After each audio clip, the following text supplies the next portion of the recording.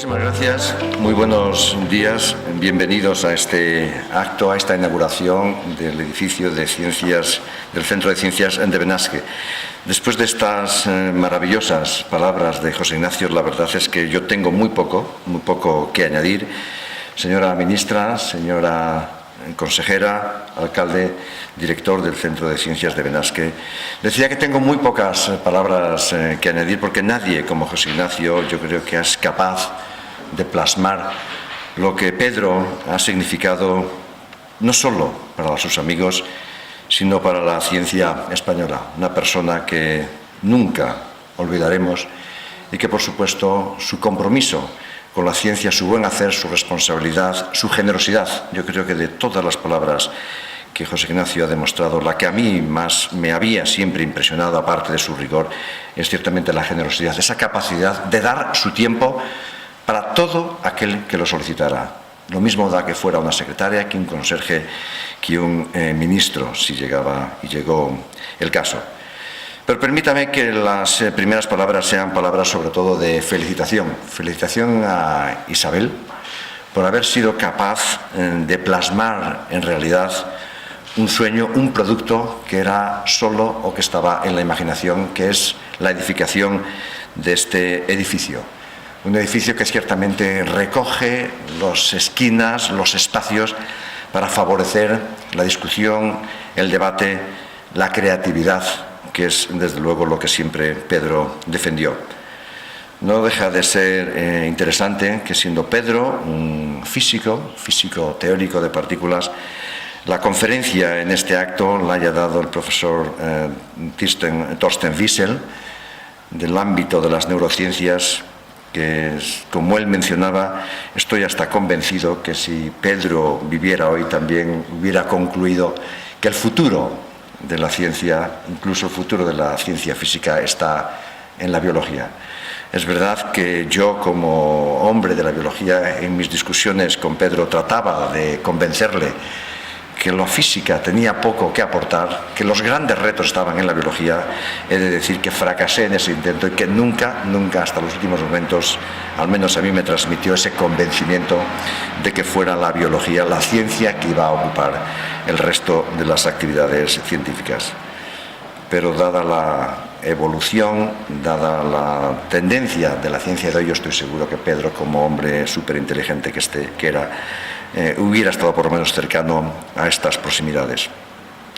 Mi papel aquí hoy, después de las palabras del director, de José Ignacio, es tratar de mostrarles ese nivel de compromiso que algunos adquirimos para hacer posible el que este centro un día fuera una realidad.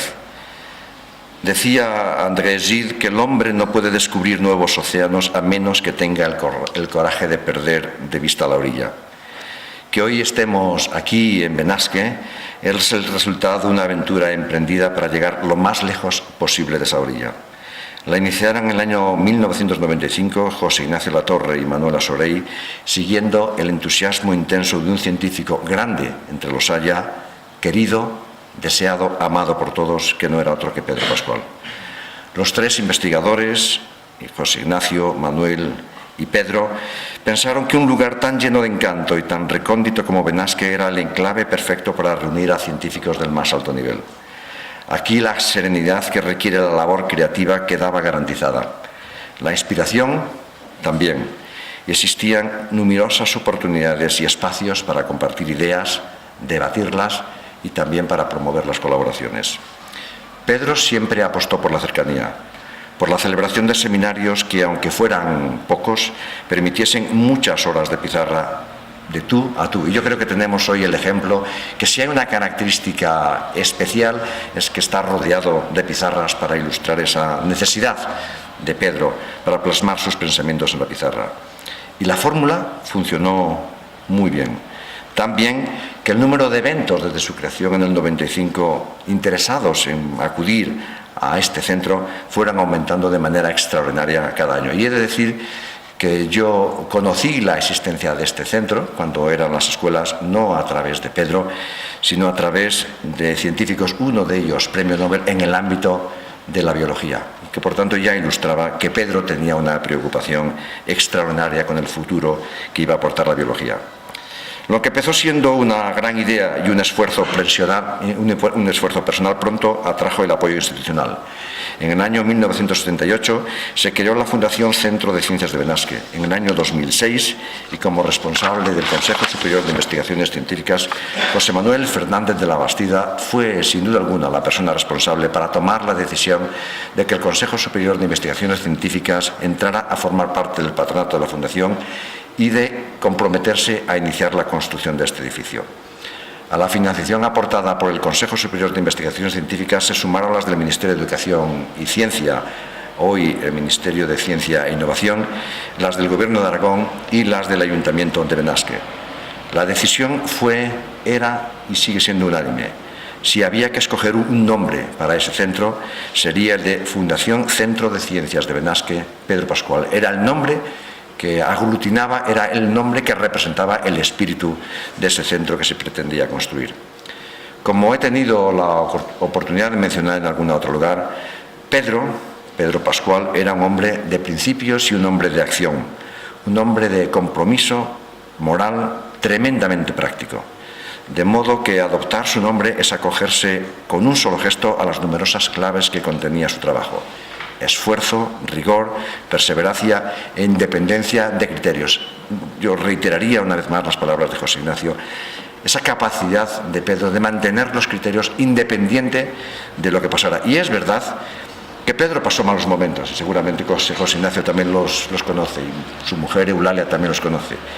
Los cambios que él introdujo en el sistema de ciencia y tecnología a veces le produjeron profundos sinsabores y no siempre encontraba el respaldo adecuado para mantenerlos. Y en esas circunstancias Pedro siempre mantuvo su decisión firme, porque entendía que era la garantía para tratar de crear un país competitivo que apostara por la calidad y la investigación.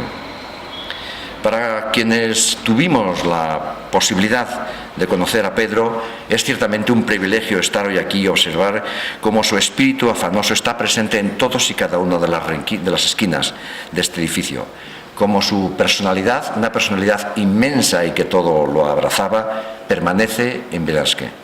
La fuerza de la madera, la piedra y el cristal, los detalles de la edificación, todo en esta construcción y la naturaleza que le envuelve, sin duda alguna es un reflejo de su legado. Decía el arquitecto Philip Johnson que en realidad la gran arquitectura es el diseño de un espacio que contiene, envuelve, exalta o estimula a las personas dentro de él. Este absolutamente magnífico edificio que rinde homenaje a nuestro querido científico, a nuestro querido Pedro, evidencia este mensaje. Aquí todo está pensado para inducir a la ciencia, para proteger, para respaldar a quienes hacen la ciencia posible, que no son otros que los científicos. Diseñado por la arquitecta Isabel Pascual, la edificación es realmente singular y ejemplifica una apuesta clara por el desarrollo sostenible. Los cristales que observamos encierran gas argón que aumenta sensiblemente el aislamiento térmico del espacio interior en invierno y también en los días de calor. La calefacción se basa en suelo radiante a baja temperatura y su caldera de biomasa muy en línea con las energías renovables no quema residuos fósiles y logra un balance neutro de dióxido de carbono con la atmósfera, uno de los grandes retos que nuestra civilización tiene en estos momentos.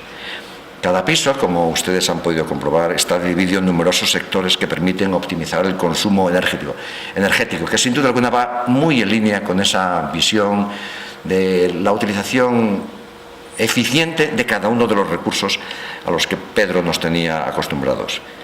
Hay 500 puntos de luz cuyo control está computarizado para también ahorrar la mayor cantidad posible de energía. La construcción tiene placas fotovoltaicas, 6 capas de aislamiento, aperturas que son grandes en la cara sur y pequeñas en la cara norte, así como sistemas de ventilación automatizado. Como el investigador que le da el nombre, Pedro, es un edificio ejemplar. Pero lo más importante es lo que se crea aquí, lo que surge a partir de este equilibrio que se ha conseguido entre el respeto a la privacidad y el fomento a la colaboración. Los científicos trabajan en oficinas que no son torres de marfil, sino al contrario, despachos con cristales transparentes para poder localizar a cualquier colega y a la vez no molestarle. Las discusiones pueden entablarse en los mismos despachos, en los pasillos o incluso en los pisos y los pórticos exteriores. Allí donde hay un taburete de diseño, como ustedes muy bien han visto, hay tiza y un borrador para poder emborronar las pizarras con fórmulas e ideas, porque fruto de ese emborronamiento surge la creatividad. Las zonas de descanso permiten relajarse en momentos y tomarse un café, el motor a veces de numerosas eurekas a lo largo de la historia de la ciencia. Amigas y amigos, este edificio era un equipamiento necesario para el sistema científico español. Está destinado a competir, a colaborar con los mejores centros de reuniones científicas de la élite del mundo, como Aspen o como algunas que aquí se han mencionado. Aquí se hará ciencia de frontera del conocimiento, esa ciencia que era la única ciencia a la que Pedro aspiraba.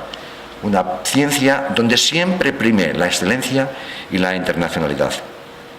Fíjense en Pangea, el gran mueble del vestíbulo de la entrada. Es una alegoría de la teoría tectónica de placas, donde un gran continente inicial se disgregó en los que ahora ocupa la Tierra.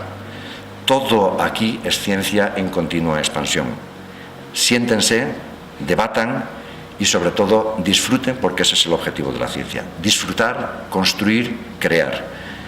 Pedro, con su personalidad extrovertida, dura, como muy bien ha dicho José Ignacio, pero siempre colaboradora, hubiera querido principalmente que ese fuera el objetivo de este centro. Habría propuesto hacer una ciencia particularmente dinámica, atenta a los problemas de la sociedad, abierta a nuestros vecinos europeos, pero sin olvidar y muy dirigida al resto del mundo. Una ciencia que reconociera profesionalmente a sus contribuyentes, que no son otros que los investigadores. Así como era él, generoso y decidido y comprometido. Los últimos años de su vida los dedicó a este centro. Es justo que ahora le recompensemos impulsándolo más allá de sus fronteras iniciales. Y para ello quisiera terminar estas breves palabras agradeciendo de manera muy especial a todos aquellos que han hecho posible la transformación de este sueño en una realidad. Es verdad que detrás de una gran obra, y hoy se inaugura una gran obra, hay siempre un gran equipo.